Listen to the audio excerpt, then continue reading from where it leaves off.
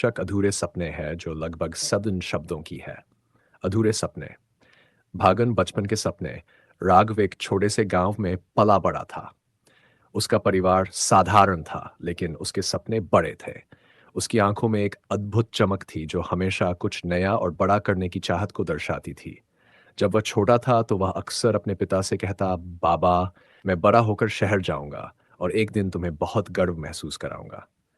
उसके पिता, जो एक साधारण किसान थे, उसकी बातों पर मुस्कुरा देते और उसके सिर पर प्यार से हाथ फेरते।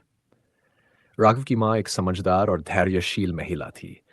वह जानती थी कि उसका बेटा खास है, लेकिन उसे भी इस बात का डर था कि शहर की चकाचौंध कहीं उसके मासूम सपनों को निगल न ले।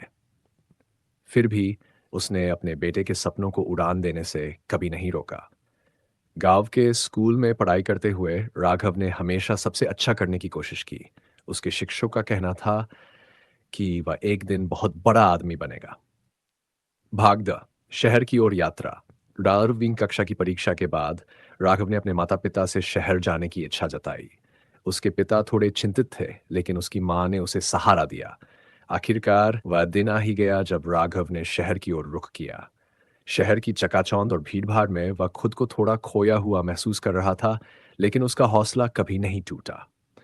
उसने कॉलेज में दाखिला लिया और पढ़ाई के साथ साथ नौकरी की भी तलाश शुरू की। शुरुआत में उसे काफ़ी दिक्कतों का सामना करना पड़ा, लेकिन वह कभी हार मानने वालों में से नहीं था। उसने छोटी-छोटी नौकरियां की, जिनसे उसे अपने खर्चे निकालने में मदद मिली। संघर्ष के दिन शहर में जीवन उतना आसान नहीं था जितना राघव ने सोचा था। कॉलेज की पढ़ाई के साथ-साथ उसे नौकरी के लिए संघर्ष करना पड़ रहा था। कई बार उसे भूखे पेट सोना पड़ता, लेकिन उसने अपने सपनों को कभी मरने नहीं दिया। दिन भर की मेहनत के बाद जब वह रात को सोने जाता, तो अपनी माँ की कही बातें याद करता। बेटा, जो सपना तूने देख रहा है, उसे पूरा करने की जिम्मेदारी अब। राघव ने अपनी पढ़ाई में कड़ी मेहनत की और अच्छे नंबरों से ग्रेजुएशन पूरा किया। उसके बाद उसने एक अच्छी नौकरी के लिए इंटरव्यू देने शुरू किए। कई जगहों से उसे रिजेक्शन मिला, लेकिन एक दिन उसे एक बड़ी कंपनी में काम करने का मौका मिल ही गया। भागदौड़। सफलता की ओर बढ़ते कदम राघव की मेहनत रंग लाई।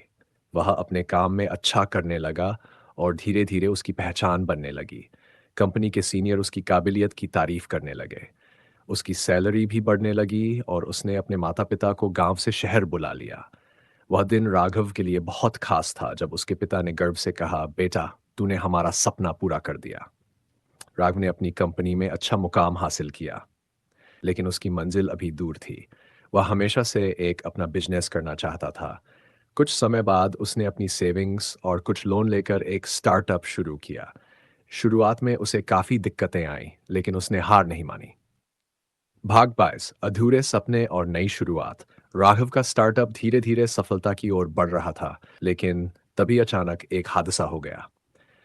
उसकी कंपनी को एक बड़ा नुकसान हुआ और वह कर्ज में डूब गया। उसके सपने एक बार फिर अधूरे रह गए। वह बहुत निराश हुआ, लेकिन उसकी माँ ने उसे फिर से हिम्मत दिलाई। सपने अधूरे तभी रह जाते हैं जब हम उन्हें छोड़ देते हैं, उसकी माँ ने कहा। राघव ने एक बार फिर से हिम्मत जुटाई और अपनी गलतियों से सीखा। उसने एक नया बिजनेस मॉडल तैयार किया और फिर से अपने सपनों को उड़ान दी। इस बार उसकी मेहनत और अनुभव ने कमाल कर दिखाया। उसका नया स्टार्टअप सफल हुआ और वह एक बड़े बिजनेसमैन के रूप में उभरा। भाग 6। एक नए सफर की ओर। राघव ने अपने जीवन में कई उतार चढ़ाव देखे, लेकिन उसने कभी हार नहीं मानी।